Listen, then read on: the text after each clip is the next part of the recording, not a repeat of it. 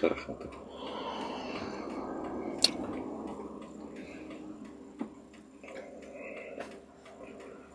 Уншиж байна уу те? Тийм ээ. Stop recording гэж starting гэж биш гарч байна. Дуу мөн байна. Бага. Тэгвэл. Норол. Өөрхөн утсан дээр контролж байгаа үстэй. За, ер нь бол эхэлсэн шүү. За микро камера нот өгсөн. Ер нь бол тань дээр байна.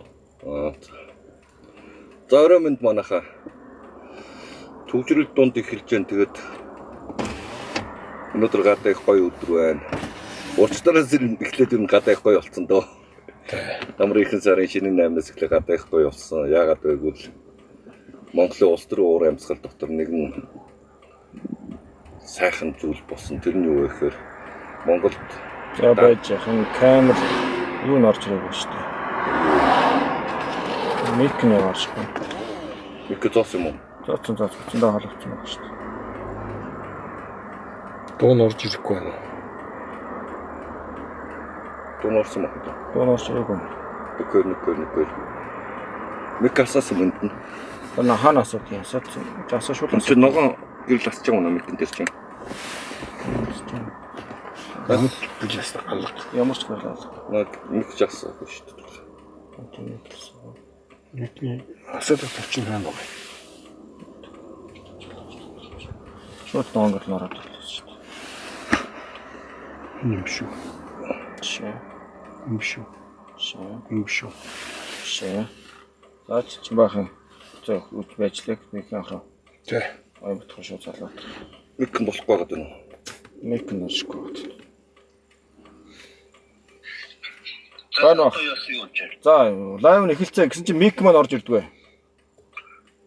Мик өнөөхөн доороос шигуул шүү дээ. Юуныхаа? Юу дэлгэцээ харуул. Дэлгэцээ чинь мик хийж хаацсан байна. Тэгээ үн төр дээр нэг хаалцтай. Өнөөхөн доороос шалгацсан шүү дээ. Тэр мик чинь спик чинь хэлсэн. Одоо яах вэ? Доотлох тэр зургийн баруунлын хэсэгт тавтай. Энд дээр үү?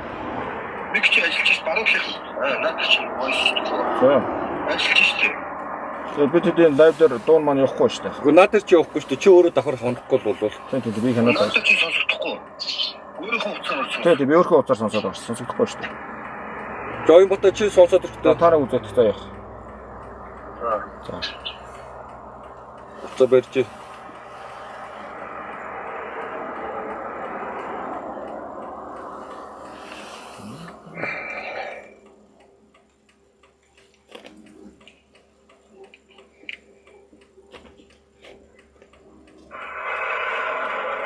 Сосоодоо машинаа доо явуулж байна.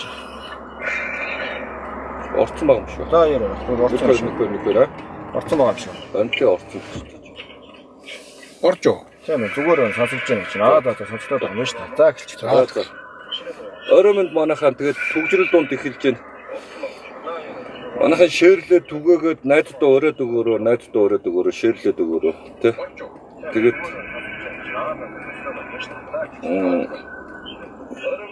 намар 109 сарын шинэ 8-наас эхлээд өдөр болгоо их сайхан нар мандж байгаа. Монголын улс төр гэсэн нэгэн сайхан үйл явдал болсон. Тэр нь юу вэ гэхээр Монгол дарангуулыг угсарч байсан ямар ч байсан тэр хан хэрэм нурсан. Гэхдээ бүтэн нураагүй ямар ч байсан эвдэлсэн. Инглэж ингэж зогсоосон. Яагаад гэвэл 5 жилийн хугацаанд бидний дундын дайсан бий болгож МСС гэдэг нэг хадны мангаа, элбэг дөрж гэдэг нэг хадны мангаа зохиож өгөөд тэгээ баялгаа авах гэсэн чинь дайснууд гарч 30 гэр бүл гэдэг үлгэр зохиож өгөөд тэр дайснуудтай бид нар 5 жил байлдахдаа өөрсдийнхөө бүх эрх чөлөөгөө хомлох үүд хаалгаа нэгж өгсөн. Энэ юутай холбоотой юм бэ гэхээр бидний тэр шунлын те хүн хөдөлмөрлөхгүй ээжж бусдын өмчийг дээрэмтж авч болдог гэсэн тэр сэтгхүүнээс болж тэр сэтгхүүдээр энэ Кремлийн төслийг ажилласан. Тэгээд тэр төсөл ямар ч байсан амжилтаагаар ингээд явж исэн төслийг зогсоож ямар ч байсан нэг удаа тоормсын татуулсан. Тэгээд энийг хийсэн энд оролцсон бүх хүмүүст баярлалаа. Ялангуяа зохион байгуулалт багийн дүүнэрт үнэхээр их талархаж байгаа. Тэгээд үнэхээр их талархаж зохион байгуулж байгаа багийн бүх дүүнер тэр тусмаа улмаадууд маш их баярлж байгаа. Зотон дүү байна те. Тэгээд аймаг дүү байна. Тэгээд бүгдөөнд нь дүн мөнгө гэдэг олон төр залуучууд пүрвэгээ тэр олон залуучуудад үнэхээр баярлж байгаа. Тэгээд энэ бол монголчууд та бид эрхчлөөгээ хамгаалах нэг том сорилтыг давж гарч ирсэн. Тэгээд ямар ч энэ бол Монголын улс төр дотор шинэ содон сайхан зүйл болсон гэж. Тэгээд оюун эрдэнэ огцрохдоо хэлсэн үг би авилга сүлжээ би ард түмнтэйгээ тэмцэнэ гэж 5 жил ард түмнээ айлгаж өөрөө авилгажж хамгийн их хулгай хийсэн тонж дээрэмц Монгол улсыг 44 их 84-ний хулгай, оюун эрдэнэ хулгай, аптекерийн хулгай, оюун эрдэнэ хулгай. Хүмүүс Эрдэнэтийн 49%-ийг авцсан нь одоо авьяа магарын мэрэгддэг. Тэр 49%-ийг аваад та бидэд ганц төгрөг олдоогүй шүү дээ. Тэр ард түмэнд нь ялангуяа тэнд чи оюун эрдэнэний эдлэг уулгал болсон. Оюун эрдэнэ ойр тойрны хүмүүс л дээрмийн үйл явдал болсон юм байгаа юм. Тэгээд нэг ийм өнөөдөр би зочинтой байгаа. Зочин маань Батбушаах. Нэг ийм үг хэлждэг Батбушаах. Надад идеологи байна, та нарт сонголт байна гэж энэ яг юу гэсэн утгатай үг вэ? Аюу эрдэнэ өөрөө хөрхөн амтэн дээр идеологи гэдэг үгний утга учирыг ерөөсөө огт ойлгоогүй л байгаа хүн л дээ. Тэрээ өөрөө тэгээ харуулчихж байгаа. Тэр идеологи гэж яг чухам юуны тухай яриад байгаа гэдэг юмсан. Яагаад би энэ яриаг ингэж эхлээд байгаа юм бэ гэхээр одоо хүмүүс их хүлээлттэй янз янзын юм бичиж л та сошиал дээр одоо цамхан юудаа засгийн газартаа байх ёстой, авсаархан давсарлах ёстой гэдэг нь эсвэл татвар байх ёстой тийм. Хувийн хөгжлийнхэнтэй боломжийг нээх ёстой гэдэг. Тэгээ ийм боломж Монгол Ардын нам дотор байгаа юм хийх. Тэр потенциал бий юу? Тийм. Тэгээ одоо өнөөдрийн үнэхээр энэ сүүлийн 7 хоногт болж өнгөрсөн үйл явдал тийм. Оюун эрдэнийн засгийн газар ингээд хорхоо эзэн шүтчиг болгороод ойчлоо. Тэгээ энэ бол одоо ингээд залуучуудын маань одоо хийсэн тэмцлийн одоо хамгийн чухал үр дүн. Тэгээ энэ бол ингээд улс төр Монголын улс төр ингээд төгс ялтанд хүрчлээ. Монголын нийгэм ингээд сайхан болчлоо гэсэн үг ерөөс биш байхгүй юу? Хурд камерага урагшаа. Энэ бол ерөөсө дөнгөж л эхэлж байгаа гэсэн тийм энэ камер намайг авч байгаа мó гэрэл нь улаар л шүү дээ. Тэгээд юм дөнгөж л эхэлж байна тийм тэмцлийн одоо эхний шатыг бол амжилттай давлаа. Ямар ч гэсэн энэ бул хар чулуунд хөдөлгөөн оруулчлаа.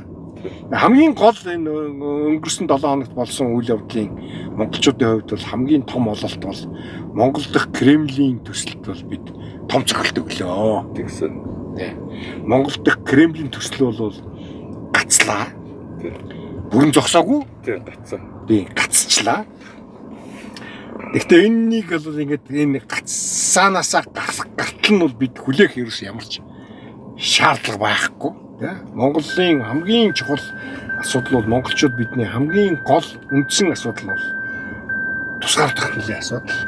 Бид өөрсдийнхөө эх орондоо ядуу байна уу, хоосон байна уу, эрх чөлөөтэй тусгаар тогтносон улс орондоо эзэн нь болоод амьдрах хэрэгтэй байна тийм. Энэ бол бидний хамгийн гол үндсэн зорилго.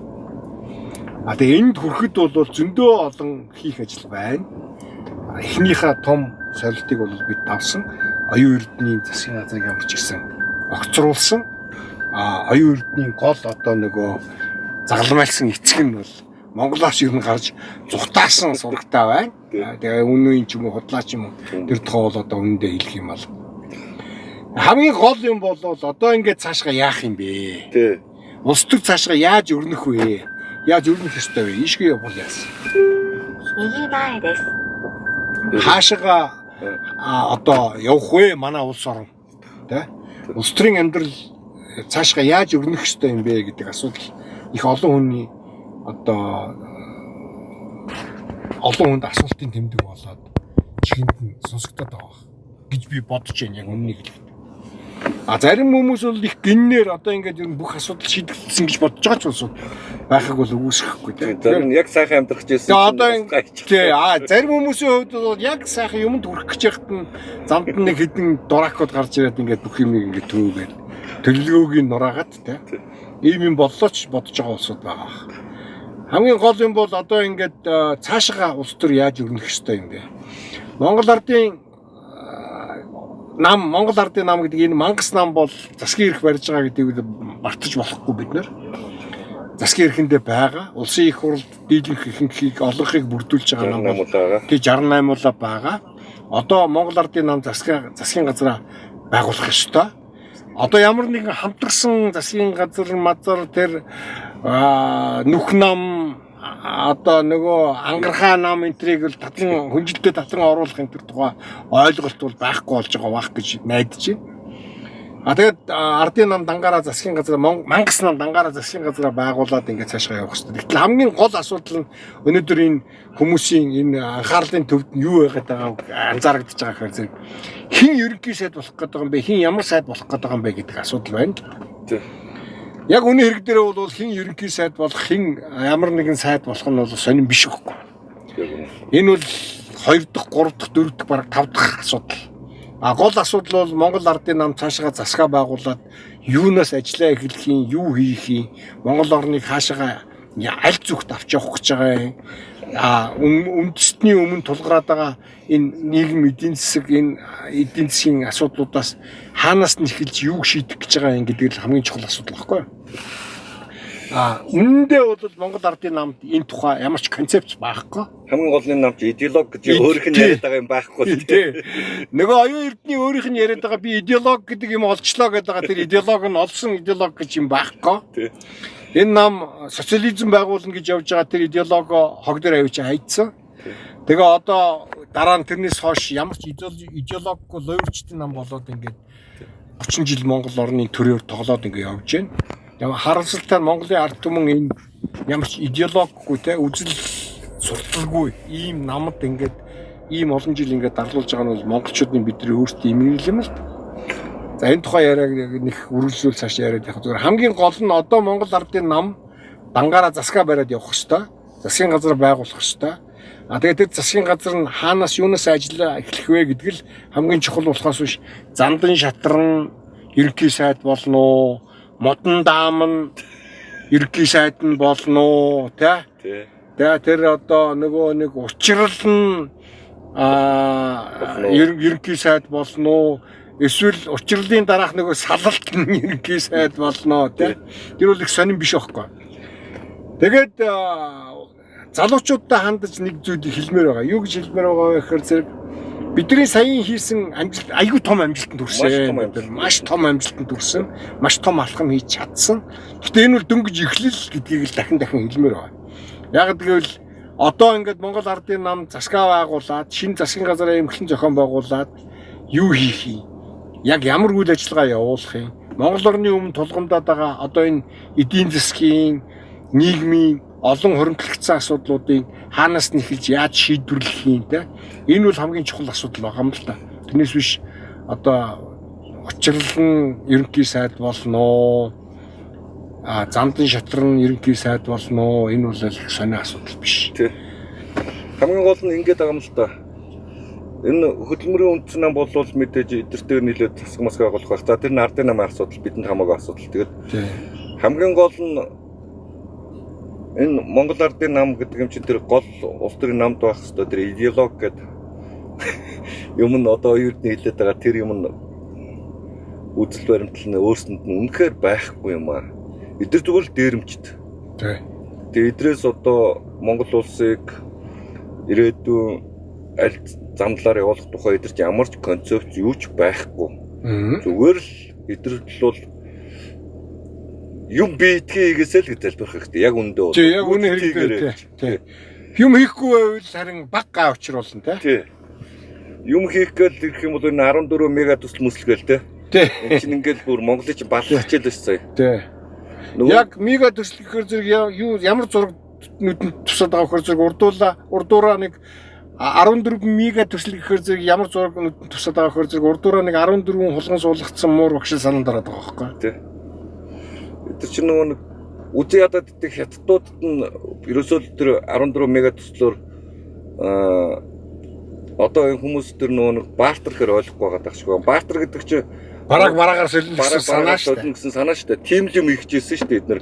Нөгөө та нарын хайртай баялагийг чинь хятадуудад өгөх хичээлээ шүү дээ. Тий, харамлаад идэг юм. Тий. Тэгээ юугаар харамлаад байгаагаа мэдгүй дээ өөр юм. Тэгэхээр энэ тэрийн л аваач өгөх гэж л ийм юм хийх чинь тэгээд энэ 14 мега төслөдөр бол худлаа байсан. Оюун эрдэнэ дээр яриад байгаа бүх юм худлаа байсан юм аа. Тэгээ одоо дараач энэ духан дээрээ сарналт авч ингэ дараагийн хүн чинь юм хийхгүй. Яагаад гэвэл лидер чинь ерөөсөө тэр идеологи буюу ямар нэгэн тэр улс төрийн үзэл баримтал дээр суурилсан бодлогын баримт бичиг байхгүй да. Энэ тэндээс гоё үйлбэрүү чийжлээд авцсан тий. Тий. Биний идеологтой болчлоо гэх маягийн юм яриа сухаас өөр цаашгаа юм байхгүй.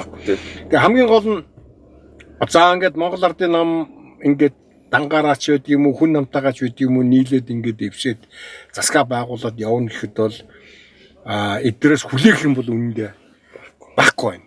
За энэ бол нэг асуудал. Нөгөө асуудал бол ардчилсан намтай холбоотой асуудал байхгүй. Ардчилсан намыг бол энэ гөрвөлган төмөр бол үнэхээр өнгөрсөн 2 жил шахмын хугацаанд бол үнэхээр завхрууллаа л да тий. Тэгээд энэ намыг бол шавар шавхаатай хольж хутгалаа тий. Батгалмагийн Батулгынхаа өгсөн үүрэг даалгаврын дагуу тий. Тэгээ ингээд намыг маань бол үнэхээр одоо шалны алчуур болгож хувирглаа. Тэгээ одоо дараагийн улс төрийн бидний хувьд энэ бол Монголын ард түмэнд бол мэдээж хэрэг хамаатай. Гэхдээ хамгийн гол хамаатай хүмүүс бол ардчилсан намын гишүүд бидний хувьд хамгийн гол асуудал байгаа.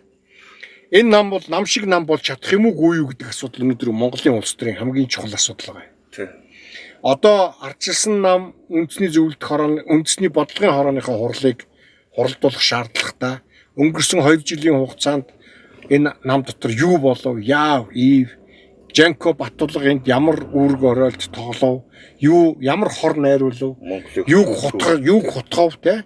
Энд нь энэ ган төмөр ямар үүрэг оройл гүйцэтгэв те. Энэ бүхнийг ярилцж ултаа сууртаа ярилцж улс төрийн дүгнэлтэд гаргах ёстой. Тэгээд энэ жүжиг, энэ найруулга, энэ бузрын юмд тоглоомонд оролцсон бүх этгээдүүдээс ардчилсан нам салах шаардлагатай.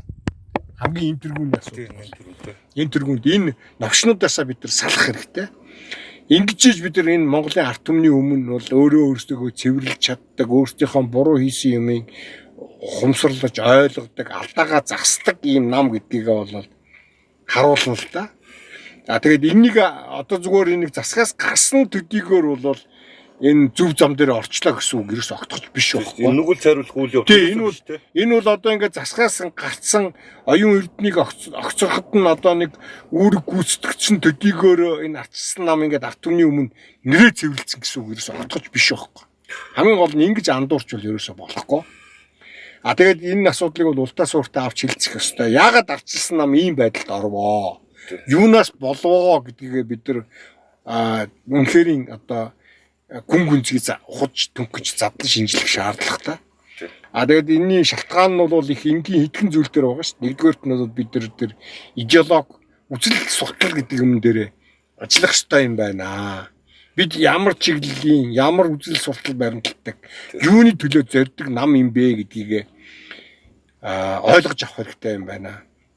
Тэгээ одоо тэгэл энэ дээрэмчдийн бүлэг шиг мафийн групп шиг те ингээд үнэнч нэг нэгэндээ үнэнч байх, нэг нэгэндээ ингээд өргөсөн тангаргаа, дэв нэглэлтэй байх маах энэ гэсэн ийм балаа юм яриад ингээд яваад идгээ бол одоо ингээд болох хэрэгтэй байгаа байхгүй те.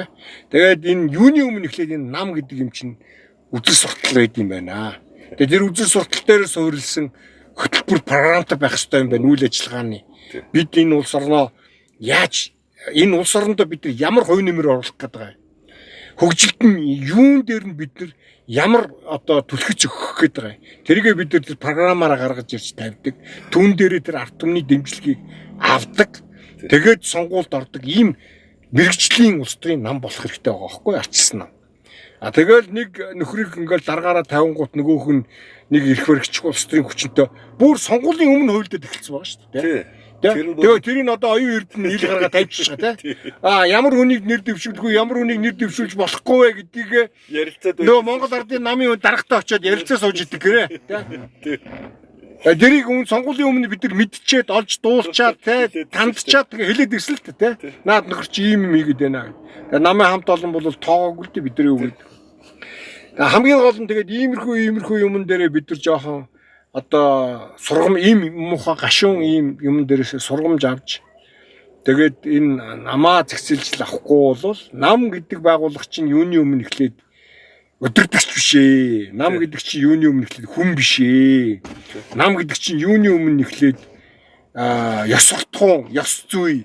Тэгээд үзэл суртал. Тэгээд тэр үзэл суртал дээр тулгуурласан програм хөтөлбөр юу эдийн засгийн салбарт юу их гэж байгаа, нийгмийн салбарт юу их гэж байгаа, улс төрийн салбарт юу их гэж байгаа. Тийм боловсрол тэгээд улс орныхаа тусгаар тогтнолын төлөө юу их гэж байгаа, яах гэж байгаа. Энийг эхлээд ярьдаг.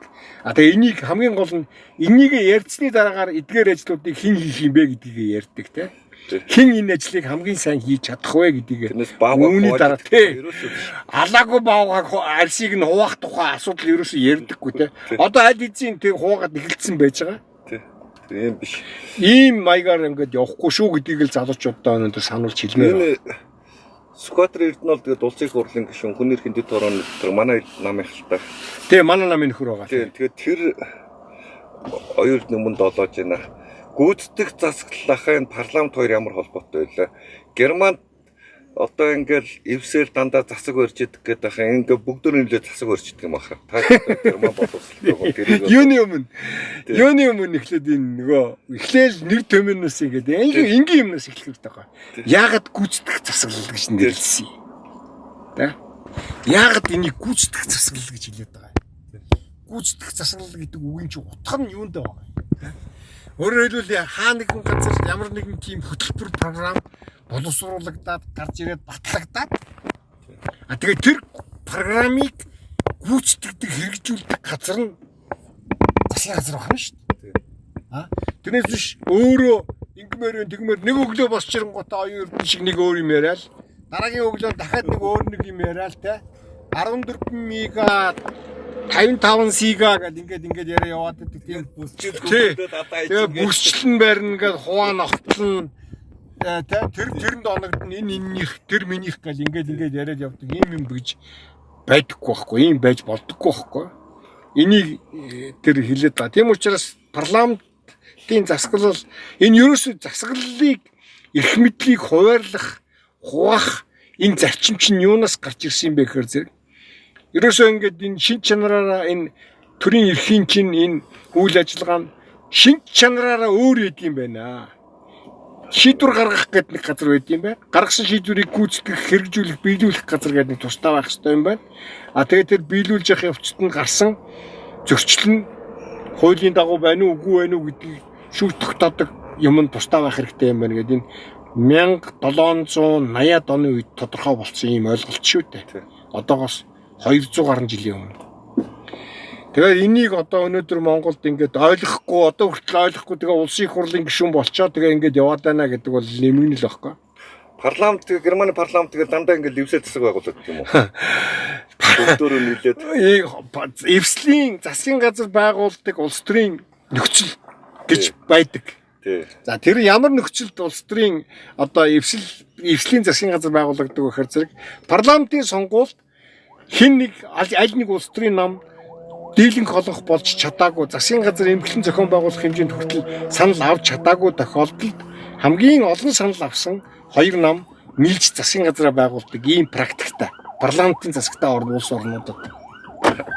Энэ бол парламентын засаглал бүхий улс оронд л гардаг үзэгдэл. Ерөнхийлөгчийн засаглалтай оронд бол ийм үзэгдэл байдаггүй. Эвслийн тухай ойлголт ерөөсөө огт байдаггүй. Парламентын засаглалтай оронд энэ эвслийн засгийн газрын хоёр хэлбэр байгаа. Нэг нь болохоор зэрэг сонгуулийн эвсэл гэж байгаа.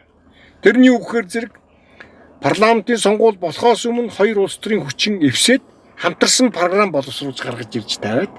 За бит хоёр бол нэг тал юм аа. Ойролцоо үзэл санаа. Бит хоёр бол ойролцоо үзэл санаатаагаас гадна бит хоёр ингээд хамтраад ялхаараа зэрэг яг энэ програмыг хоёулаа хамтраад хэрэгжүүлэх юм аа. гэсэн ийм эвслийг сонгуулийн эвсэл гэж нэрлэж байгаа. Тий. Дараа нь ийм эвсэл байгуулаагүй бүгд тус тусдаа ингээд сонгуульд ороод тэгээ хинэн ч ялаагүй тохиолдолд парламентын сонгуулийн дараагаар парламент дээрээ хамгийн олон санал авсан 2 нам эвсэл байгуулахыг парламентын эвсэл гэж нэрлэж байгаа. За ийм явдал практик бол Германд их олон тохиолдож ирсэн. Ялангуяа 1960-ад оноос хойш. За энэ янз янзын парламентын эвслүүд зохион байгуулагдаж ирсэн л да. Христосын ардчилсан холбоо, Германы социал-демократ нам хоёрын эвсэл бол хамгийн олон удаа зохион байгуулагдсан юм эвсэл. Энийг германчууд их эвсэл гэж нэрлэдэг. Яагаад их эвсэл гэж нэрлэдэг вэ гэхээр зэрэг энэ 2 нам нь Германы хамгийн том 2 нам байдаг. Тийм учраас энийг их эвсэл гэж нэрлэж байгаа. Зарим тохиолдолд бол Христосын ардчилсан холбоо нам социал-демократ намтай эвсэл байгуулалгүйгээр өөр бус жижиг намуудтай эвсэл байгуулад ингээд засгийн газараа байгуулад явдаг тохиолдол зөндөө олон байсан. Социал-демократ намч тэгж ирсэн. Хамгийн сүүлийн цаа чинь Шолцын засгийн газар шүү дээ, социалистуудыг соцдэггүй чинь ногоонтнуудаа өрсөн, тэгээ либералуудаа өрсөн. Тий. Энэ либералууд соцдэггүйд ногоонтнуудын хамтарсан засаг байжгаад тэгээд сая парламентын хугацаанаас өмнө сонгуул болоод одоо Христосын ардчилсан холбоо нам соцдог 2 их эвсэл байгуулад засгийн газараа байгуулад. Тэгээд тийч альтернативуудтай тэгээд бусад намууд нь хяналтын систем нь байж байгаа шүү дээ. Тий. Тэгээд бусад бүгдөөрөнгө нийлүүлж байгаад ингэдэг эвсэл гэж нь хорвоо ертөнцийн. Энэ хорвоод байхгүй. Энэ чинь эвсэл мэвсэл гэдэг чинь зүгээр л дээрмийн шин чанартай юм болчих. Тий. Энэ яагаад ийм юм болсон юм бэ? Гэр энэ айгу муха залтай тийм улс төрийн лойр байхгүй. Энэ юу гэхээр зэрэг Монгол Ардын нам ерөөсөө саяын сонгуулийн дараагаар ямар ч эвсэл байгуулах шаардлага байгаагүй. Тий. Зангаараа засгийн газар байгуулад явах хэмжээний ялалт байгуулсан байхгүй сонгуульд. Олон холцсон. Тэгчээд энэ бол Монгол Ардын намын урд нь өмнө нь хийж исэн Санжийн Баяр тэгэл тэрнээс өмнө хийж исэн Башир Арган л да. Баяраас эхэлсэн. Тий. Ер нь бол ингээд хариуцлагыг дараагийн сонгуулийн өмнө хариуцлагыг бусдад тохиол арга байхгүй. Тэ? Одоо 2028 оны сонгуул болоод ирэхээр зэрэг бид нар айгүй гоё юм их гэжсэн чинь энэ хүн нам ардчилсан нам хоёр л орж ирэл ингээд төвчлээ гэл ийм юм ярьж л сонгогчдыг хуурам эхлэх гэж байгаа л арга шүү дээ. Тийм би бол юу гэж харсан бэ гэхээр эдрийн 44 их 80 төгрөг нүүрсний хулгай, аптек гэрээний хулгай, хөгжлийн банкны хулгай, нүүрсний хулгай, төмөр замын хулгай, концепцийн хулгай гэдэг энэ бүх хулгай сайн яг үнэ дарагдсан байхгүй юу? Эдгээр хулгайгаа л хаасан шүү дээ. Тэгээ өмнөх хийсэн бүх нүглүүдээ нэгдүгürt нь хаах хэрэгтэй. Дараа нь 2028 оны сонгуул дээр ард түмний өмнө очиод айгу буруу муу юм чихэх шуудаа хэрэгтэй шүү дээ. Тэр шуудааг энэ хүн нам арчилсан нам хоёр болгож байгаа байхгүй юу? Угаасаа хөдөлгөөн үнцэн намж явах дээ. Тэгээд энэ ийм ойлгомжтой, ийм муха бузрын юм хийж яхад манай луу ган төмөр луу явах те. Гүү ган төмөр те. Гүү ган төмөр гүүж очиж тэнд тэр эвсэлт нь ордог нь бол үнэндээ л шившиг болж байгаа. Тий. Ахаад хинбэ гэдгийг аягүй сайн хэлж. Ахаад нэг юм болоод байгаа байхгүй юу? Одоо тэр оюутны өөрийнх нь өргөн барьсан алтан бичгийн докторч байгаа.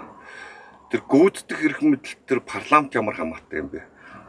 Тэр мөнх Эрдэнэ олдын хийсэн үгэнд тэр манай намынхнаас нэлээдэн гişүүдийн үгэн докторч гарчихна лээ. Тэр энэ парламентын сонгодог парламент бий болгоно гэх. Сонгодгүй парламент гэж юусоо байхгүй шүү. Бүгд сонгодог хөө малнуудаа. Энэ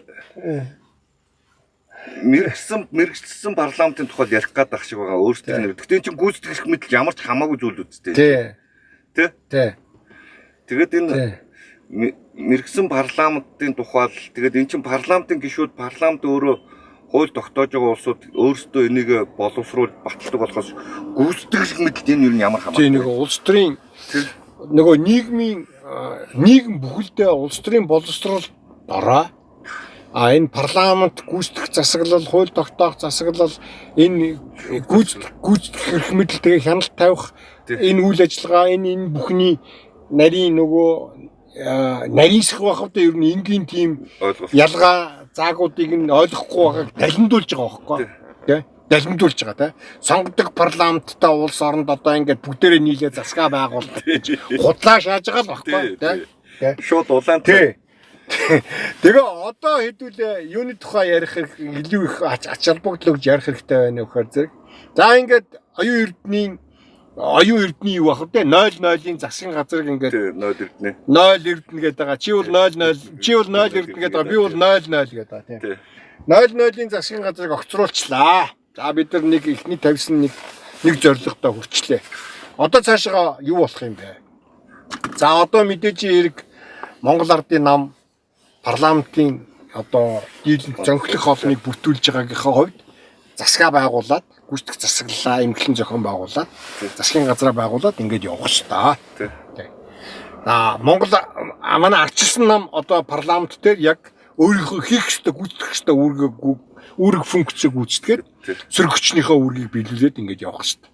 Засгийн газрын үйл ажиллагаанд нь байгуулагдах өдрөөс нь эхлээл хяналт тавиал, шаардлага тавиал, хөтөлбөр програм чинь хаана байна? Та нар ажлаа юунаас эхлэх гэж байгаа юм? Тэ? Тэгээд энэ бүтц зохион байгуулалт чинь энэ та нарын хийх гэж байгаа ажил чинь тохирж байгаа юм уу? Тохирохгүй юм уу? Аль тэр хөтөлбөр програм чинь хаа байна гэдэг ингээд ажил эхлэх хэрэгтэй байхгүй. Ингээл яг энэний чинь нөгөө манай их мэдгч нарын яриад байгаа сонгодог парламент гэж яриад байгаа. Тэ? Сонгодог парламент гэж яриад байгаа юм чинь ердөө л энэ. Мэргэсэн парламент. Тэ, мэргэсэн парламент гэж яриад байгаа юм чинь ердөө л энэ. Ирэх мэрэгчт нь хөтөлбөр програмаа оруулж ирдэг. За одоо манай засгийн газар ийм ажил хийнэ. Төсөв санхүүгийн харилцааг ингэж өөрчилнө. Нийгмийн асуудлыг ингэж зохицуулна, тэ? Эдийн засгийн хөгжлийн асуудлуудыг ингэж шийднэ. Дэд бүтцийнхээ хөгжлийн асуудлуудыг ингэж шийднэ. Ингийн тулд бидэрт ийм бүтц зохион байгуулалт хэрэгтэй. Тэ? Гэж ингэж бид засгийн газрынхаа бүтцийг оруулж ирж байна. Тийм учраас бидэрт ийм сайд нар хэрэгтэй. Ерөнхий сайд маань энэ, сангийн сайд маань энэ. Тэгээд ингээд энийг танилцуулаад ингээд явах хэрэгтэй байхгүй. Тэгээ энэ дээр нь ардчилсан нам нь уучлаарай. Та нарын наад асуудал чинь ийм байна, энэ хүн чинь ийм байна, тэр хүн чинь тийм байна. Та нарын оруулж ирж байгаа хөтөлбөр чинь тийм байна. Тэр нь болохгүй байна, энэ болж ингээд явж байгааг л сонгодог парламент гэдэг юм л та. Тэгээ нөгөө нэг манай гөрүүл хэлсэн үг л дээ. Сөрөг хүчин байхаар сүрэд бүх юм гацчихдаг ингээд. Ямар нэгэн тийм гацаа байхгүй тулд те бүгдээрээ нэг тогоон дотор орчих хэвээр те. Сөрөг хүчин байна гэдэг чинь хяналт авах тухай ойлголттой. Сайн зүйлийг дэмжиж явна хөө. Саад болох тухай ойлголт биш байхгүй. Буруу юмыг нь болиулах л гэсэн утгатай үг. Тий, сайн зүйлийг дэмжиж явна хөө. Тий, сайн юм нь бол зөв та нар наадгаа хийгээрэй. Тий. Бид гэхдээ төсвтөр чинь хянж байгаа шүү гэдэг. Тий. Тэгээ явна. Гэхдээ эрх хөрөгчнөр нь бас тоглох боломжтой байна шүү дээ, тий. Сөрөг хүчнийхээ тавьж байгаа асуудлуудыг үнэхээр конструктив бүтээлч үүднээс тавьж гин үү? Эсвэл зүгээр нураах үүднээс тавьж гин үү гэдгийг нь тэр сөрөг хүчний улс төр байхгүй өөрийнх нь ард түмэндээ тайлбарлаад өгөх хэрэгтэй. Бид нар ийм имийг ингэж хийх гэсэн юм аа. Гэтэл эдгээр ингэж гацаагаа зогсоогод байна. Тий. Тэгээд нөгөө тэнийх мунхаг хүмүүс биш учраас ард түмэн чинь шүүн тунгах боломжтой байх ёстой шүү дээ. Сөрөг хүчин зөв яриад байгаа юм уу? Эрх хөрөгчтөн зөв яриад байгаа юм уу? Аль нь хинийх нь зөв юм, буруу юм те. Энийг нь шүүх тунгаах эрх мэдэл чинь нөгөө ардчлал шүү дээ. Тэгээд нэг гоё юм ярьж байгаа маа. Манай намын олон гишүүдийн амнаас гарлаа да. Мөрийн хөтөлбөрт нь ижил төстэй зүйлээ авсан чинь 75% адилхан бодлоо гэж чинь. Хөөе, матнуудаа. Ямар ч боломжгүй хөөе. Хамгийн гол нь эрх барьж байгаа улс төрийн хүч сөрөг одоо болцсон улс төрийн хүч хоёрын хөтөлбөр програм давхцчихэл болно.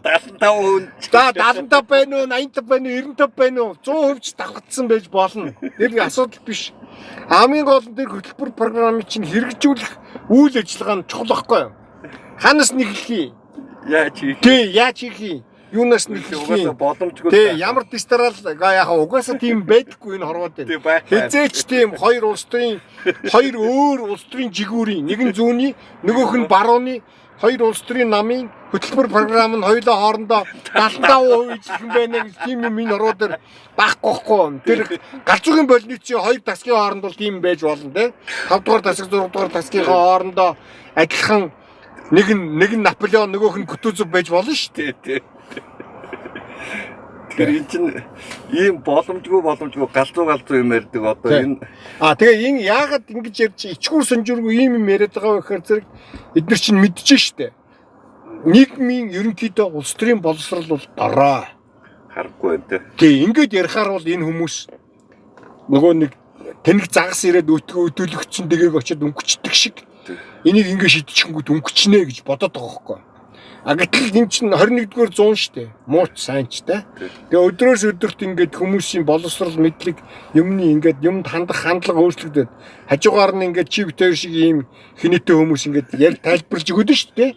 Эн чинь тийм биш ээ, тэр чинь тийм биш ээ, ингэдэггүй маа, тэгдэггүй маа. Одоо ахаад нэг юм байгаа. Эдрийн бас ахаад агуу том муухай ишлээд байгаа юм л та.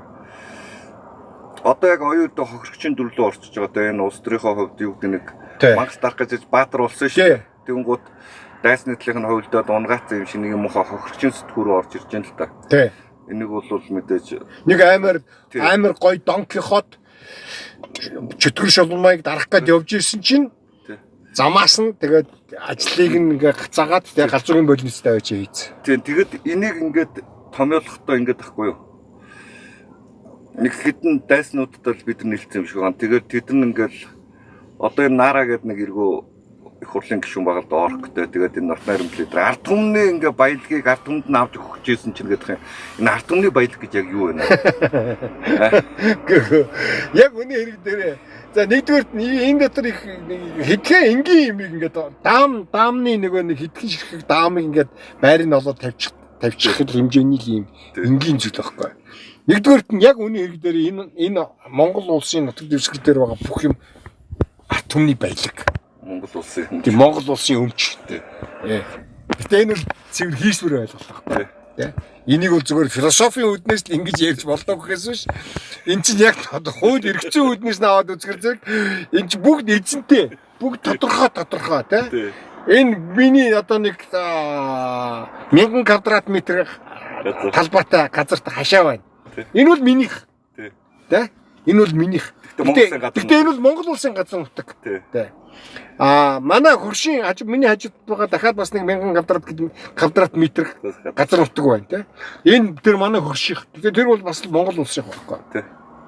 Тийм учраас ингээд яг ямарваа нэгэн юмыг ингээд ялангуяа баялагийг тий. Ингээд ард түмнийх, нийтих тий. Чиний юм гэж байгаа хусах шиг амархан юм байдаггүй байхгүй. Тий. Тэгээ ингээд хусчдаг. Тэр чи дараагаар нь юу ч болоогүй юм шиг гүрийгээд над дугаас л юм байсан шүү дээ. Би угаас л юм баян хүн байсан байхгүй. Тэ? Ингээд яваад байдаг. Тийм учраас энэ ийм хөгийн юмд бол хууртагдаж ерөөсөө болохгүй байхгүй. Оюун эрдэнэ анх энэ жил ганцхан энэ жил ажиллаж байгаа биш. Энэ хүн 5 жилийн засгийг толгооллоо. Тэ? Тэгэд энэ хүний анх ярьж ирж ирсэн гарч ирсэн юмныхаа 100% эсрэг 100% бүх юмны эсрэг үйл ажиллагаа 5 жил явууллаа. Тэгсэн. Тэгээ өөрөө хэмжээ хязгааргүй их баяжлаа. Хүүхдэн зөвхөн сүү тавихад бол тэр хүн төргөр. Тий. Нэгийн ард 9 тэг штэ. Бодож нэгийн ард 9 тэг шүү. Тий. Сая гэдэг чинь 1 сая төгрөг 6 тэг шүү дээ. Тэрний ард чинь нэгийн ард 9 тэг. Тэгээ бод. Тэр мөнгөийг зөвхөн хүүхдэн 1000 төгрөгийн дэвсгэртийг 100-100-аар нь боох юм бол 1 сая төгрөг чинь ардан бодол болно. Ардан бодол болно. Тэгнэ. Тэгнэ үстэй 1 сая төгрөг чинь 10,000 10,100,000 100 ширхэг. Тэ. 1000-ийн дэвсгэртийг 100-100-аар нь боовол нэг нь 10,000, 10-ыг нийлүүлвэл 100,000, 100-ыг нийлүүлвэл 1 сая төгрөг болно тий. 100-ыг нийлүүлвэл. Монгол хүн бол 1000 төгрөгийг бол ойлгоно л доо. 1000 төгрөг гэдэг ямар мөнгө вэ? Нэг бодол 1000 төгрөг гэдэг хэдөө гэдэг тий. Тэгээ ингээд 100 бодол мөнгө нь 1 сая төгрөг болох нь шүү дээ. Гэтэл энийг 1000-аар үржүүлэхээр 100,000 бодол нь 1 тэрбум төгрөг болно. Тий. 100,000 бодол нь шүү дээ, тий. 100,000 бодол гэдэг чинь телевизэрний цаасаа хайрцагт хийх юм бол нэг 10 ч юм уу 20 ч юм уу том хайрцаг болох нь шүү дээ. Нэг портер ямар ч гэсэн ачаа болох нь байна, тий. Тэгэхээр зэрэг 1 тэрбум төгрөг гэдэг чинь бол яах нь хэдэн портер ачаа болох нь. Тэгээд 1 тэрбум төгрөгөөр ингээд тэгээ зөвхөн энэ сүүнд зарцуулсан мөнгө шүү дээ хүмүүсээ. Нэг ийм сони юм байд юм Чимбата. Зүгээр энэ ташранд ингээд зүгээр сонирхуулах зорилгоор ингээд хэлэхэд их мөнгөний юу гэдэг нэг парадокс нэг юм байдаг аахгүй. Жирийн хүн бол ингээд 1000 төгрөг, сая төгрөг гэдээ ярихаар зэрэг ойлгодог.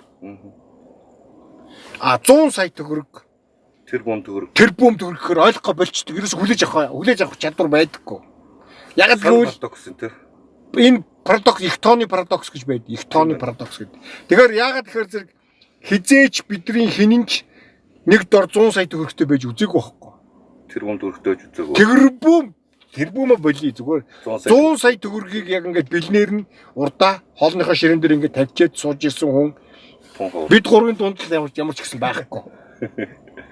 Энэ ойр 1 км талаа. Энэ ойр хавь 1 км дотор л байхгүй. Тэгэхээр нөгөө хүмүүс чинь ингээд улсын ард түмний 1 тэрбум төгрөгийг эдцсэн байж тэгэхээр чихэр нь ерөөс ордохгүй байхгүй. 1 тэрбум төгрөг гэж юу ч байдیں۔ Хаан ч байдیں۔ Ямар ч хэмжээний мөнгө байдیں۔ 1 тэрбум төгрөгөөр хүн юу ч хийж болдгийг, юу худалдаж авч болдгийг тэ. Ингээд одоо ингээд хамгийн захын ядуу хороололд нэг 50 квадрат метр талбайтай 2 өрөөтэй нэг юм орон сууц худалдаж авъя гэж бодоход тэрбум төгрөгөөр бол тийм орон сууц 5-ыг худалдаж авах нь шүү дээ. Тийм байна. Багтаа тий. Багтаа. 5-5 орон сууц нэг өдөр нэг дор худалдаж авна гэдэг тийм боломж энэ монголчуудын 95% нь байхгүй байхгүй. Гэтэл тийм хэмжээний мөнгөөр тэр хүн зүгээр л хүүхдтэй сүй тавьж байна. Бэрдээ сүй тавьж. Урмаа ясна боллоо. Тэгээ яах вэ тийм баян тарган цамаан байд юм бэ? Тэгэхээр хэрвээ буянгийн жаргал сайхан бол хийж тэхгүй байхгүй. Яг тэгвэл буянгийн жаргал сайхан баг ясмэрхэн шахуу явж ийж тийм хэмжээний мөнгө олж байгаа байхгүй юу?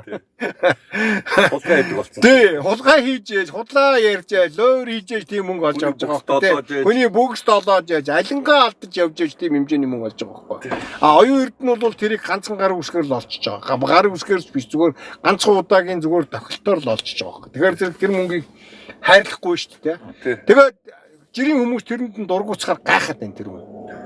Тэ? Яагаад энэ улсуудтай ингэж одоо тэр нөгөө хэн юун дээр байж байгаа шүү дээ. Нөгөө хэн л байж байгаа шүү дээ. Нөгөө нэг дүүн, нөгөө зээ дүүн, нөгөө хотын дарга ням бактери нь те.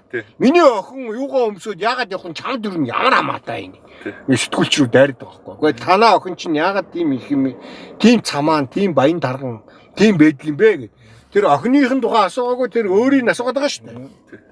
Тэгэд бол тэр Нямбаатар бол тэгээд дайраад байна. Миний охин яаж ийж чамд юу ямар хамаа байна. Тэр ерөөс ойлгохгүй байхгүй. Ямар газар байгаа, юу хийж байгаа, яаж байгаа. Одоо энэ чинь бизнес гэдэг байсан бол ойлгоно. Тэг чин Hero Entertainment би ч бас өөрөө энэ хэвлэл мэдээллийн салбарт бас нэг 20 жил ажиллаж, 20 гаруй жил ажиллаж байлаа. Тэгээд ямар мөнгө олдгийг мэднэ л дээ. Яаж те зовж хэдэн төгрөг олдог би мэднэ л дээ. Хоногийн бор хоолоо залгуултыг бол ойлгож байгаа. Тийм мэднэ. Тэрнээс зүгээр хүн тэр бумаар цалинжуулдаг team entertainment. Team компани те. Компани контент үйлдвэрлэдэг компани юм бол ухаалтаж унмаар юм байхгүй юм чи. Тэгээ тэр хэдэн 100 тэрбумээр нь төсвийн мөнгөөр тоолцсон байна гэдэг нь бол үнэн л дээ. Тэгээ одоо тэгээд энэ нөхрийг шалгах ёстой. Гэтэл энэ Монголын прокурорууд салхианаас үлээхийг хүлээгээл ингээл сууж яана л та тий. Уг нь бол энэ хүмүүс угаас энэс өмнө нь бүр ямар ч улс төрийн асуудалгүйгээр хуулинд нь заалттай байж байгаа. Хийх ажлынх нь үүрэг функц нь баггүй. Эрүүгийн хэрэг үүсгээ шалгах ёстой. Та яагаад ийм их мөнгөтэй юм бэ? Таны бизнес хаана байна вэ? Та татвараа төлсөн үү? Та ямар бизнес эрхэлдэг юм бэ? Тэр хүний ерөнхий сайд байна уу? Хэн байна уу? Ерөөсөө сонирн биш байхгүй. Та ямар бизнес эрхэлж ийм их мөнгөтэй болсон бэ гэл ингээд очиж шалгах хэрэгтэй. Эрүүгийн цагдаагийн газар гэнтэр ингээд авилгатай тэмцэх газар мазар гэл бүгд байгуулсан байж байгаа шүү дээ. Бүгдөө бүх үүрэг функцээ хийх хэрэгтэй байгууллагад хууль дүрм журмын баталсан байна. Тэгтэл нөгөө нөхдүүд нь юу хүлээгээ сууж идэх вөхөр зэрэг дарга гарч ирж үүрэг чиглэл өгөхийг хүлээгээ сууж идэх байхгүй.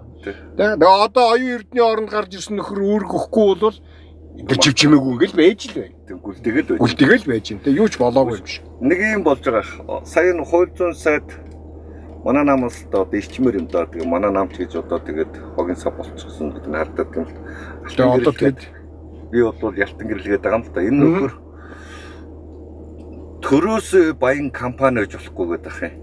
Чи одоо яг юу гэж бодохгүй нэг. Гэхдээ яах вэ? Ямар ч тийм нэг боловсралгүй, ямар ч ойлголт мэдлэггүй хий гэсэн болгоныг хийгээл заа гэж явж идэг хүнийг л авцраал ингээд хууль зүйн сайд болгоод засгийн газрын гишүүн болгоод тавьчих байгаа байхгүй. Ийм хүнийг л хайгаа яваад шүү надад. Би тэгээд хэлээд байгаа шүү дээ. Аливаа улс орныг дампууруулыг үл 3 юм хий.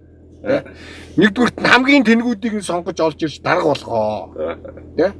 Хоёрдугаарт нь төсвийнх нь хөрөнгө мөнгийг дэмий юмд өрүүлээ. Дүүжин зам мам богдуулын доогуур нэг хухан мухан 14 мега 15 чөлөө те мега төсөл мөсөл тэг хідэн их 80-аар нь тэнд мөнгөний шатаа дуусах үлдснийг нь хулгаалуул те эдгээр.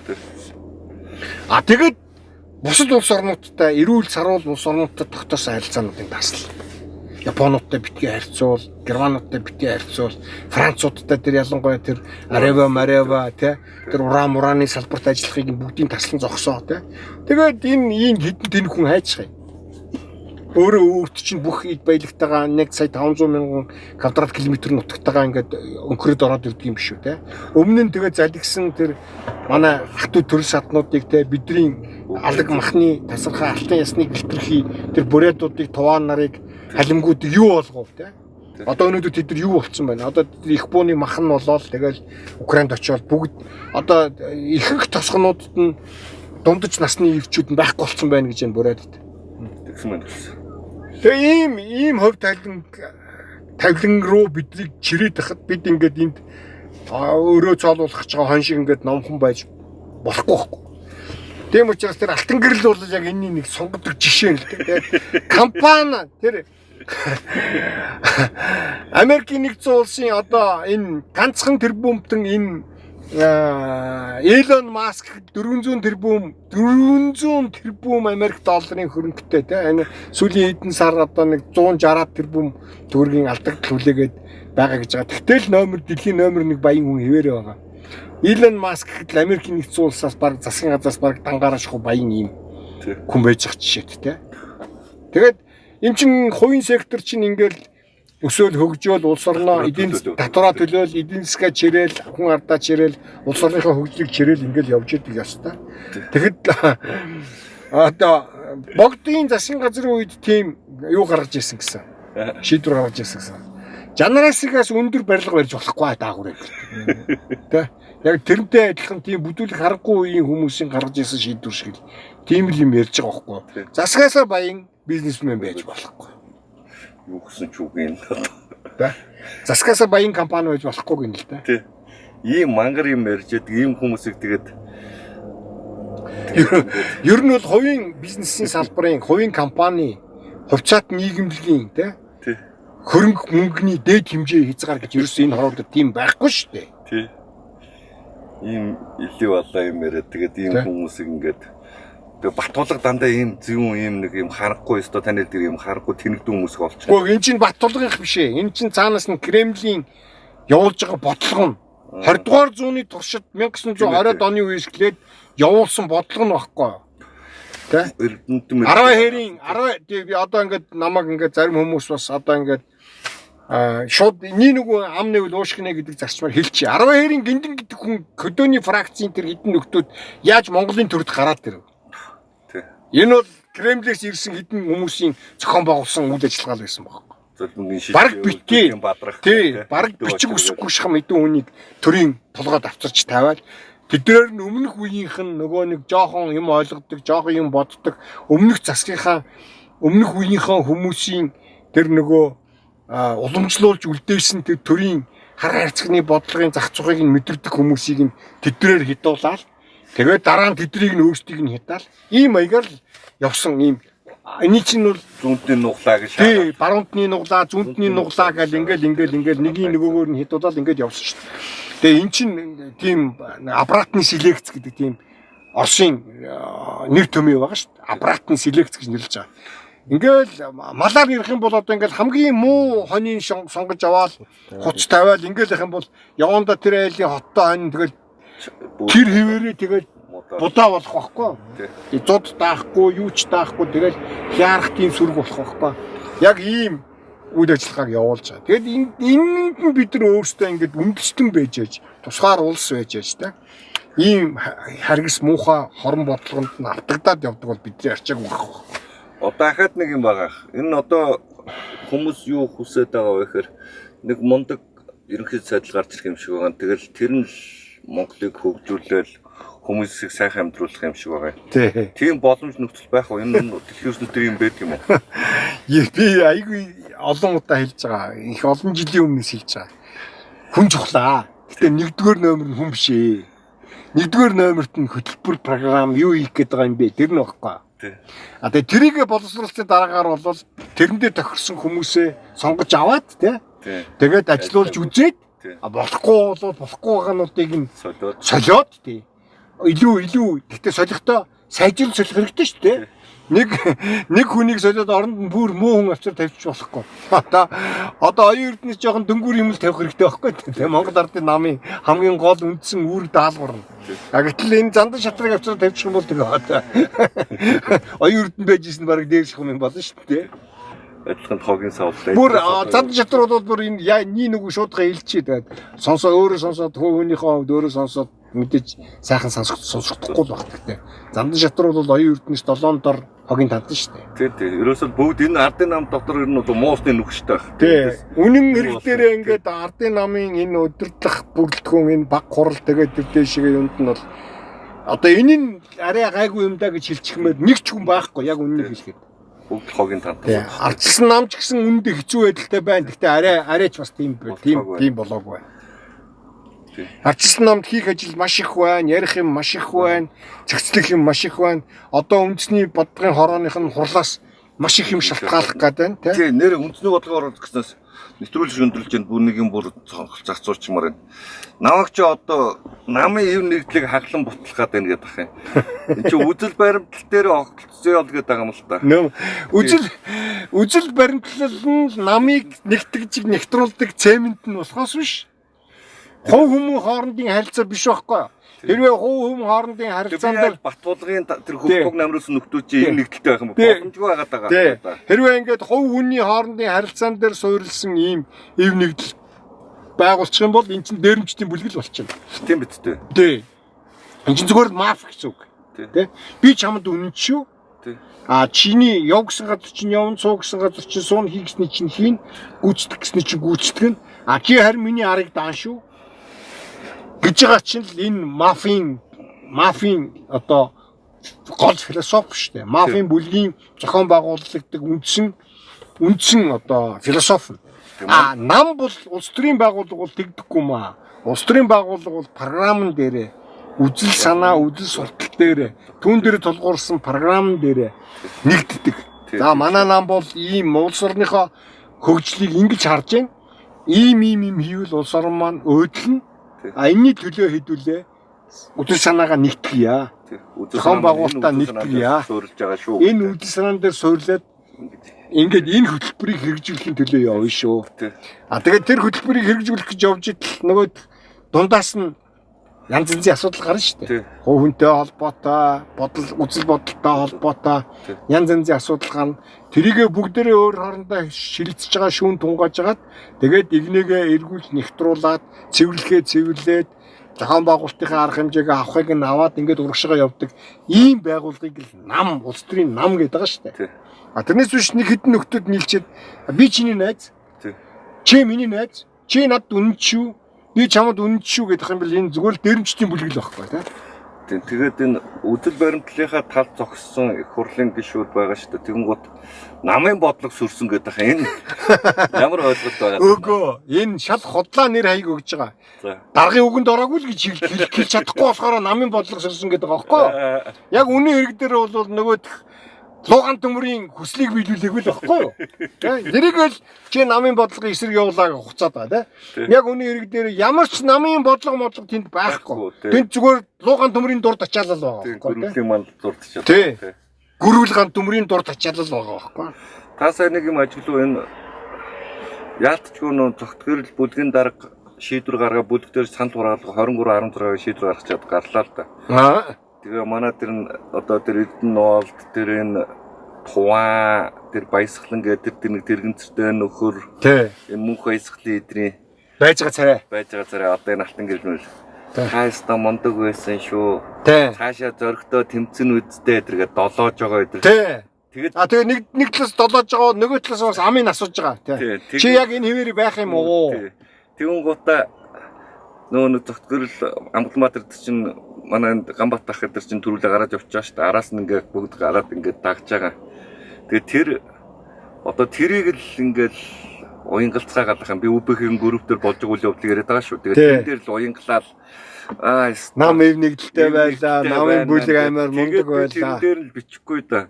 Үгснийх нь ив нэгдэлгээ бити балаарцгаагаад үйлдэл баримтал дээр гэсэн. Чимба дандаа намайг талцсан хуваах үйл явц гарч явж байна гэдэг. Тий. Энийг та тайлбарлах байх.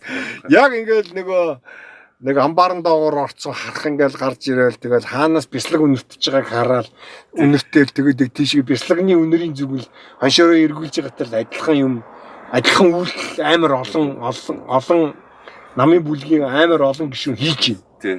Сэжиг хүрмээр. Тий. Дур гутмаар тий. Тэгтээ цогт гэрэл энтрийн хийсэн улс төрийн энэ зоригтой үйл ажиллагааг бол бас энд хэлэх ёстой. Тий, заавч хэлэх. Тий, заавал хэлэх ёстой. Энэ бол хэрвээ намын бүлгээ ингэж зангидаж те шийдвэр гаргаж ингээгөө бол оюун эрдний эсрэг сөрөн зогсоход бас хэцүү байлаа. Яг экзэгтэй үед бол айгүй чухал улс төрийн шийдвэр гаргалаа. Том дэмжлэг үзүүллээ. Энийг бол бид нар бас ойлгож мэдэх ёстой. Гэхдээ хамгийн гол нь энэ бүхэн чинь нэ шүү дээ тийм ээ. Эдгээр ингээд ухамсарлаж ойлгочоод те. Тэгээд айгүй зөв юм хийчээд айгүй том гавьяа байгуулчаад тий. Тэгээ урд хийсэн бүх нүглээ цайруулчаад энэ байгаа юм бол ерөөсөө байхгүй. Одоо намын үндэсний бодлогын хорооны хурал дээр энэ өнгөрсөн 2 жил гарны хугацаанд ямар улс төрийн манай нам дээр ямар улс төр болж өнгөрвөө? Юу болвоо? Тэ? Энэ гүрүүл хан төмөрөөр ахлуулсан Женкогийн алдалтын удирдлагаар хийгдсэн бүр цаашаа ярих юм бол энэ Кремлийн хар савар ардчлан нам дотор орж ирээд ямар муухай юм хор хутгаваа гэдгийг бол бид нар бүр детальчлан ярьж тэгээд энэ намын хамт олондоо энийг ойлгох хэрэгтэй тий. Манай намыг юу болгож хувиргаваа? Манай намаар яаж тогловоо? Тий. Тэгээ энийгээ бид нар гишүүдтэйгээ ярилцаж ойлголцож тэгээд намынхаа игнийг эргүүлэн игнийг нэгтгэх эрүүл саруул болгох хамгийн гол нь намынхаа үжил баримтлал үжил суртал тэгээд намынхаа хөтөлбөр програм те манай нам юуг зорддог нам юм бэ? Юуг хүсэж байгаа юм бэ? Бид юу хүсэж байгаа юм бэ? Бид юу хүсэж байгаа? Бид Монгол орныхоо ямар хөгжлийг хүсэж байгаа юм те? Тэрнээс биш хин ямар дарга болох нь вэ? 7 дугаар, 8 дугаар, 10 дугаар зэргийн асуудал байхгүй. Тий. Мэдээж энэ хүн болгон улс төрд оролцохдоо нэг тодорхой хувийн амбиц бол байгаа. Тий. Ингэж хиймсэн гэж бодож байгаа. Энийг бол зарчим байна уу? Энийг балруулж арилгаж хэрэгжиж чадахгүй. Гэтэ хамгийн гол нь энэ нь зарчимтай юм уу, зарчимгүй юм уу гэдэгт хамгийн гол нь байгаа шүү дээ. Биднийг худалдачаад бидний толгой дээр гიშгээд тий бид нар баачаад тэгээд яваад өгөх хүн юм уу? Эсвэл биднийхээ энэ үжил баримтлал дээр зогсоод энийг хэрэгжүүлэхийн төлөө явах юм уу гэдэг нь энийг бид нар таньдаг мэддэг байх шаардлагатай байна шүү дээ. Энэ чинь улс төрийн нам гэж байгаагийн хамгийн гол чухал асуудал. Төрөлг ерөнхийдөө өндөрж байна. Нэг юм асуугаад. Одоо энэ улсын хурлын гишүүн мөнх баясгалаа. Уул манай намд орж ирсэн либерал үзэл санаатай намд л орж ирсэн байгаа юм л да. Энэ эрхчлөөний үзэлтэй намд дотор. Тэгснэ либерал үзэл гэдэг чинь их оронгуйчууд үзэлгээд байгаа юм. Энэ их оронгуйчууд үзэл юм уу? Энэ хүн өөрөө ийм хүн байхгүй юу? Энэ хүн өөрийгөө хэлээд байгаа юм. Тий. Энэ хүнд нэг л бурхан байгаа. За. Энэ хүнд мөнгө гэдэг нэг бурхан байдаг байхгүй юу? Тэг буунаас илүү хүчтэйг өөрөө хэлсэн шүү дээ. Хүн рүү буу тулгаад нэмэргүй. Мөнгө тулгахаар бол тэр бол бууж өгдөг юм аа гэдэг. Тэр өөрийгөө хэлээд байгаа байхгүй. Тэр лөө мөнгө тулгангууд тэр ингээд буугаад өгсөн байхгүй тий. Тэгээд иймэрхүү ёс суртахуунтай ингэж хүмүүжээд ингээ өссөн ийм хүмүүсийн хорвоо дээр дүүрэн байгаа. Энэ хүмүүсийн хувьд бол тэр элдв гэгэн тунгалаг яриа үзэл баримтлал үзэл суртал нийтийн ашиг сонирхол энэ төрлийн тухай яриад ерөөс ямар ч хэрэггүй. Энэ хүмүүс бол энийг зүгээр л баг нөгөө юу болгоол олонний өмнө зүүх тийм гоё чимэглэл болгоод шүүрээд авчдаг. Одоо жишээл тэр оюун эрдэнэ. Тэгээ одоо нөгөө YouTube болчлаа гэдэг лээ. Надаа идеолог. Надад идеолог байна гэж яриа тий. Тэгэж ярьд нэг бол надад сонголт надад идеолог байна гэж ярьсан гэсэн тий. Би сонсоогүй л дээ өөрөө. Тэгээ ямар үгсэн балууных нь тэр нь идеолог байх уу тий. Йоо тэрэнд ол зашиг гэдэг нэг л идеолог байгаа. Тэгээ ялгаа байхгүй одоо энэ хинд бол те энэ хүүхэн мөнх баясгалан гэдэг ийм хүүхэн энд идэвхт бол эдгээр юу ч хийхс боцохгүй мөнх баясгалан бол өөрийнхөө энэ амьдралынхаа сүүлийн 10 жилийн туршид ингээд өөрөө ингээд нотлоод харуулчлаа шүү дээ. Би бол мөнгөний төлөө бол юу ч хийнэ. Тэ хинтэй ч нийлнэ хинийч төлөө би юу ч гэж ярьсан чадна. Гэдгийг энэ хүн бол өөрийнхөө ингээд үйлдэлээр ингээ харууллаа шүү дээ. Нэс би зүгээр мөрөөрөө явж байгаа хүнийг ингээ барьж аваад энэ бол ийм буцрын итгээтэй гэдэг ингээ. Угаасаа тэр нь харагдсан шүү дээ. Гүтгээд байгаа юм ерөөсөө биш. Тэр нэг тэгээд энэ яг ялгаа байхгүй энэ Женко. Тэгээд энэ одоо өөртөө луу гэд нэр өгсөн гүрүүл. Одоо тэр шижир mijэр те. Алтан гэрэл мэрэл туваа мууа. Тий хог шаарнууд те. Эдний хувьд бол ерөөсөө нэг л бурхан, нэг л үнэт зүйл, нэг л юм байна. Энэ хүмүүсийн хувьд бол ерөөсөө ашиг хонжоо мөнгө. Тэрнээс бусад ярьж байгаа бүх юм нь бол дандаа худлаа халахвч өнгөлөнд алдлалт те. Германаар бол таарна гэж хэлж байгаа те. Тэр бол нөгөө манай нөгөө юу байхгүй нөгөө нэг орчин үеийн нөгөө нэг цэргийн хувцас чинь юу гэж нөлөөлдөг вүлээ? Энэ хэрэн хувцас. Тэ хэрийн хувцсны чинь өнгө те.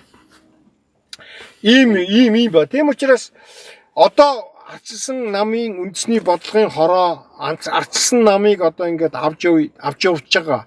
Энэ арчилсан нам эрүүл байгаасаа энэ арчилсан нам бол миний нам гэж ойлгож байгаа. Эннийхээ төлөө байгаа хүмүүс бүгд нэгдэж арчилсан намаа энэ тэргүүнд энэ Женкогийн бүлгээс тэ энэ лоогчтаас цэвэрлэж авах явдал бол улс төрийн нэгдүгээр зорилго. Энийг бид нар ойрын хугацаанд хийх шаардлагатай. За тэгээд гингууд нөгөө улсын хурал дээрх бүлгийн асуудал чинь гарцаа байхгүй өндөгдөн. Тэгнэ. Энэ дотор одоо жишээлбэл саяхан яригдж байгаа нөхдүүд жишээлбэл тэр мөнх баясгалан арчилсан намын үндэсний их хурлын бүлгийн гишүүн муу юм уу биш юм уу? Тий. За. Тэгээд хамгийн гол нь тэр хүн эхлээд өөрөө хэлэх хэрэгтэй тий. Тэр өөрөө үгээ хэлэх хэрэгтэй. Тэгээд тэр хүн хэрвээ үгээ хэлж чадахгүй, зөв үгээ хэлж чадахгүй бол тэгээд баяртай. Тий. Хатуу байх хэрэгтэй. Туваа. Тий, туваа маань энэ хатан гэрэл байна. Тэр баясгалан гэдэг тэр баясгалан шилжир байна. Тэр шилжир.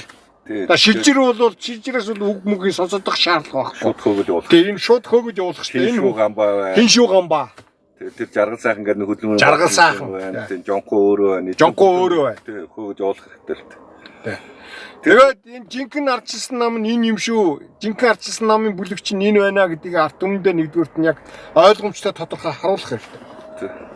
Тэгээ хамгийн гол юм нь бид юу хүсэж байгаа юм бэ? Монголын төрөөс бид юу хүсэж байна вэ? Монгол улсын засгийн газраас бид юу хүсэж байгаа юм бэ? Байшин сав битээ барай. Тийм. Бид мөнгө төгөр өгөөдөх биш ээ. Энэ улс орноо хаашаа авч явах гээд байгаа юм бэ? Энэ өнгөлзөөд умар зүгээс өнгөлзөөд байгаа энэ дайсантай энэ эрдэнэ төрөмгийлэгчтэй яаж харьцах гээд байгаа юм бэ? Улс орныхоо энэ аюулгүй тусгаар тогтнолын төлөө юу хийх гээд байгаа юм бэ? Ямар гадаад бодлого? Тийм, ямар гадаад бодлого явуулах гээд байгаа юм бэ? Яагаад нөгөө Монгол улсын олон тулгуурт гадаад харилцааны бодлого нөгөө 3 дахь хөршийн бодлого хаягдсан бэ? Хаана хайсан бэ? Хэн хайсан бэ тэрийг? Тийм. Яагаад энийг ингээд үргэлж сүүлийн 10 гаруй жилийн туршид энэ үгийг жадлан эсэргүүцээд исэн бэ? Хиний даалгавраар энийг хийгээд исэн бэ? Хиний захиалга байсан бэ? Энэ дахиад нэг юм асуухгүй болохоч энэ та сануулчлаа Виктор Суворовын аккурн байгаа шүү дээ. Тий. Тэрэн дээр чинь орчих юм бол гардггүй тий. Тий. Орчих юм бол гарахгүй шүү дээ. Орохдоо 1 рубль төлдөг. Гарахтаа 2 рубль төлдөг. Гэхдээ тэр ямар амар муухай утгаар хэлсэн бохоггүй. Яаж орхоо хүн өөрөө мэддэггүй тий. Тий. Зарим тохиолдолд. Тий. Тийм тата саны 1 рубль 2 рублийг чинь асуух гээд л да тэрийг гой тайлбарлаач. Тий. Ороход бол ингээд 1 сая рубль, 1 тэрбум рубль байж болно тий. 1 гэдэг тэр тоон чухал биш байхгүй. Хамгийн бол 1 юм төлнө. Гарах болохоор чи 2-ыг төлнө шүү. Ойлгогдож байна уу? Чамаас бол дахиад нугалж ижил саална те. Гэсэн санаа байхгүй. Тэр айгүй зөв үг байхгүй. Тийм учраас тэр КГБ-гийн элсэгдснийхэн дараагаар бол тэр хүнд юу ойлголдог вэ гэхээр одоо энэ Краснов гэдэг энэ Трампын үйл ажиллагаа бол шууд харуулж байна л да тий. Бүр дураатал ингээд яг цасан дээр гарч байгаа чоны мөршгөл ингээд айгүй тод харагдаад байна. Тэр юу гэж ойлголдог вэ гэхээр чи эндээс үхжил гарна. Чи өөрийнхөө зөнгөөр явж байгаад үхэж болно. Ашиг бид чамайг үхүүлнэ. Тэ? Хэрвээ чи бидний хэлсэн үгээр замаар явахгүй биднээс ургах юм бол. Тэ? Чи бол чиний амь бол чинийх биш.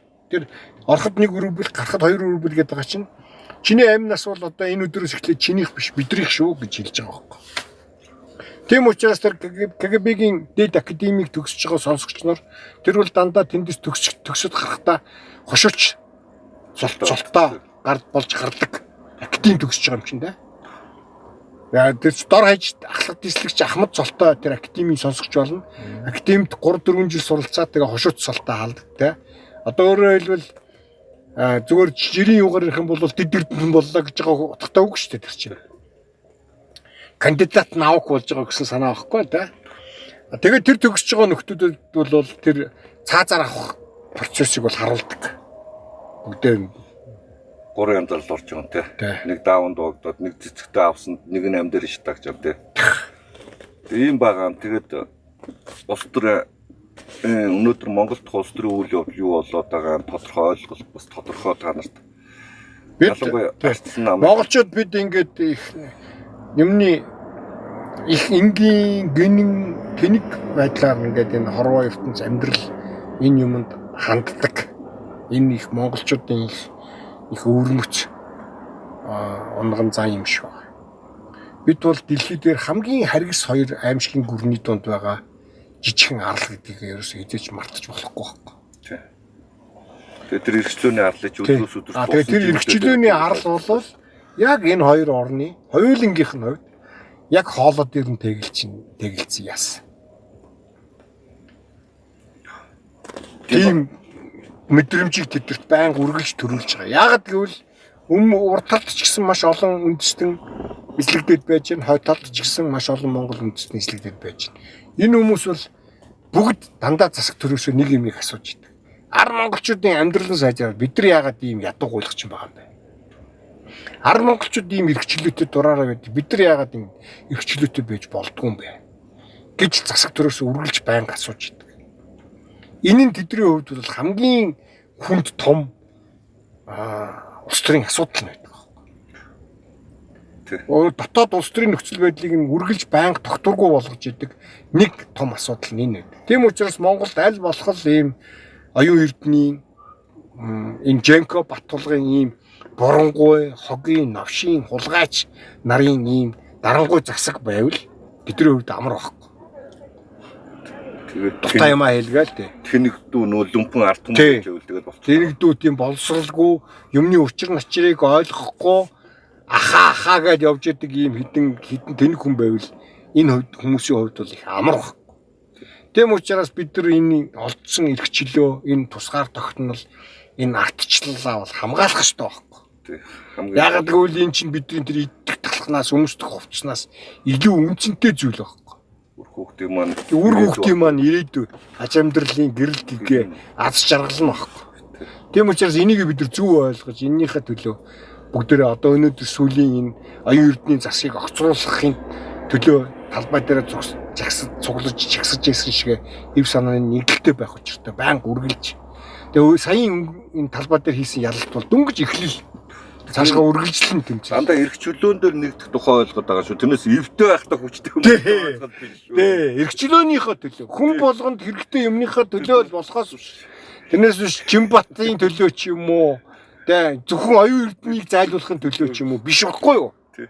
Эцээч оюун эрдэнэ бол өөрөө бурангуй өөрөө муу юм хийгээд байгаа учраас л хөөгдөж тугдж байгаа болохоос биш. Яг оюун эрдэнэ гэдэг хувь хүнийх нь эсрэг бол бидэрт юу ч байх.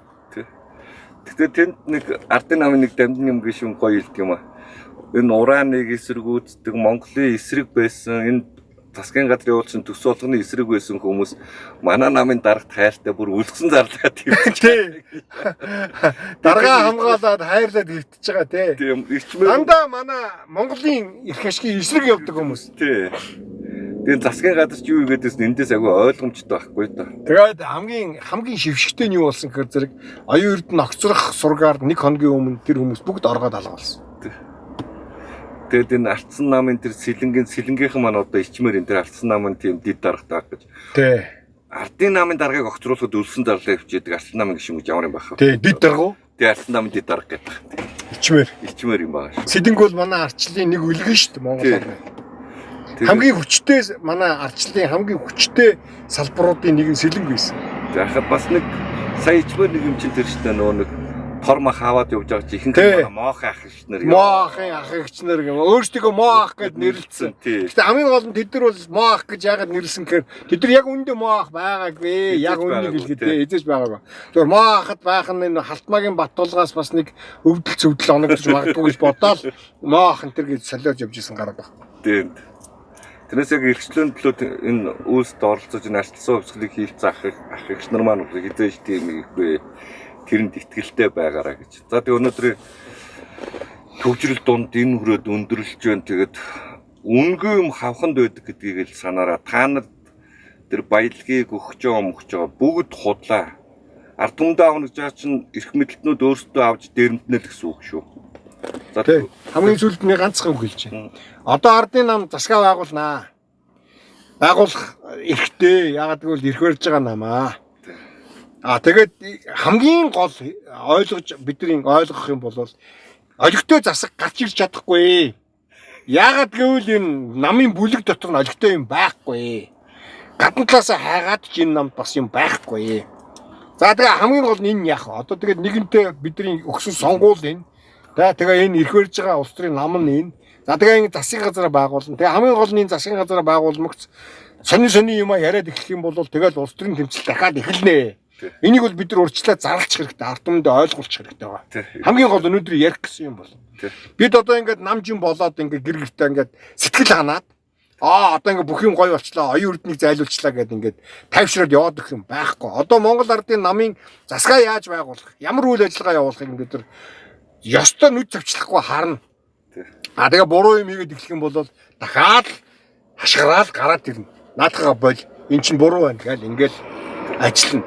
Эн чинь ардчлал, эн чинь эрхчлөөнийхөө төлөө бидний хийж байгаа хамгийн гол үйл хэрэг. За тэгээд өнөөдрийн төвжрэл дунд энэ хүрээд өндөрлөлөө. Тэгээд огцрох амархан жагсаалын зохион байгуулсан дүүнүүд та нар үнэхээр кул байсан шүү. Баярлж байгаа. Залуучуудаа баярлж байгаа шүү. Тий. За ингээд лав өндөрлөө. Чамбаг л өндөрлөлөө дуусгачихаар би нэг юм хэлчмээр санагдаад.